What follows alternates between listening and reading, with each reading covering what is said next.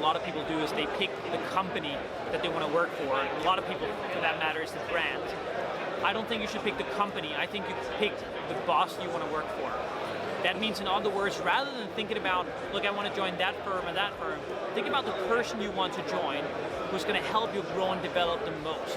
The person who's going to, and I basically think there's two things you should look at for any boss. One, he trusts you incredibly, which means he's going to enable you to go and challenge you in things that you've never done before, and he's going to allow you to deliver in a very broad area of things. Number two thing is that he set high expectations for you. Because if he says, look, I trust you, going to deliver on a bunch of things, and you don't deliver, you want somebody who's there to tell you, hey, that's not online, that's not okay, that's not in target, that's not in the goal, you need to deliver up here. Because that way, not only are you going to try a lot of different things, you're going to be able to expand your knowledge and what you're able to do, but you're going to do it in a high capacity and high quality way. So in other words, pick your boss, don't pick the company.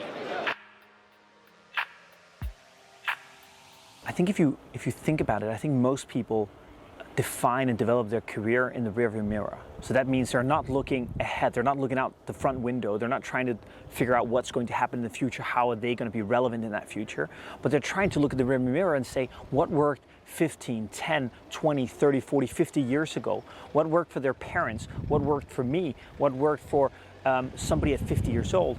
Rather than really looking ahead and say what's going to work tomorrow. And the thing with careers is you got to intercept where you're going to be in 10 years. You can't go out and then say in 10 years you're going to be adaptable to what's going to be relevant at that point. You got to think about what's going to be relevant in 10 years.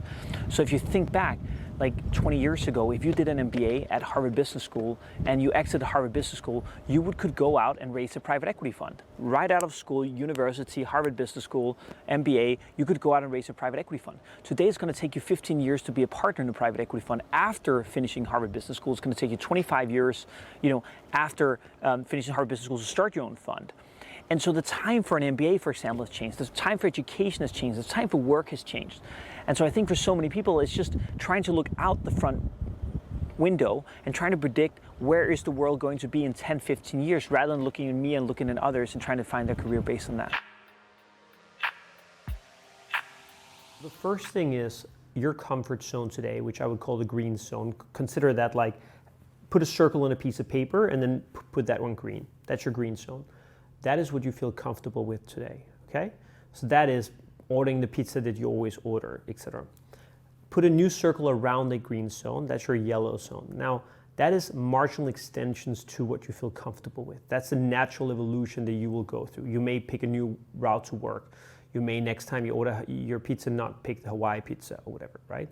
And then you have put a new circle around the yellow zone, around the green in return, and you'll have the red zone. The red zone is the stuff that you feel highly uncomfortable with.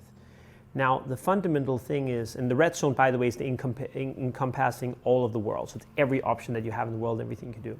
Now, as I mentioned before, the only way that you can expand your comfort zone is by doing things that are outside your comfort zone. And so in reality, what your job is to expand the green zone as much as possible. But to expand it, you have to do stuff in the red zone. You can do it in the yellow, but you'll get there very slowly. If you want, like me, to get there very fast, you have to do stuff in the red zone. The problem with doing things in the red zone is it feels uncomfortable. It's a bit like going to the gym. You will gain muscle if you use your muscles, but you'll gain a lot more if you really, use a lot of weight, right? And go beyond, what you can normally do. So it's a bit the same in life, I think, is we have to find that. Now, the issue, I think, in particular that we have today is it's too easy to quit. It's too easy to quit. I like what Arnold Schwarzenegger says, is you should never have a plan B, right? And I think there's a truth to that. I find, unfortunately, in particular for younger people nowadays, that they always have one leg in I'm going to quit zone, right? Yeah. And so every time they're faced with that, every time they're faced with an obstacle, they're considering, should I quit or should I go through this? And the problem with that is on bad days you quit, right? You're tired, you quit. It's a bit the same if you have a girlfriend or boyfriend, if every time you have an argument or discussion, your natural inclination is to say, should I stay in this or should I go? You're more likely to at some point in time go, rather than if your commitment is to say, I am going to stay, and of course you can never commit for that forever, but I am going to stay, and then I'm going to find my way through this problem.